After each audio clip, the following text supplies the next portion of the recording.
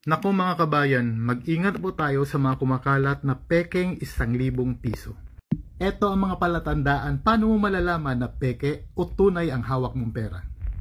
Kapain ang mga linya sa gilid ng 1,000. Ito ay peke kung makinis at hindi nakaangat ng bahagya. Pati ang mga salita na nakasulat sa pera ay dapat nakaangat upang malaman na tunay ito. Ang linya sa ilalim ng Republika ng Pilipinas ay binubuo ng mga salitang BSP at 1,000. Maaari mong gamitin ang cellphone mo upang i-magnify at makita ito. Ang security thread naman ay may nakasulat na 1,000 at BSP na malinaw. Kapag makinis lang ito, ibig sabihin fake ang perang ito. Ang patch naman na makikita sa kaliwang bahagi ng pera ay naglalaman ng kabibe at BSP logo. Pag ito ay makinis na patch lang, ibig sabihin fake ito.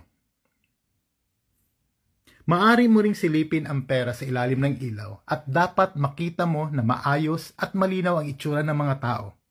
Kapag medyo malabo, fake ito. Sa likod naman, kapag may nakaumbok na outline ng mga tao, ito ay fake. Ang tunay na pera dapat makinis.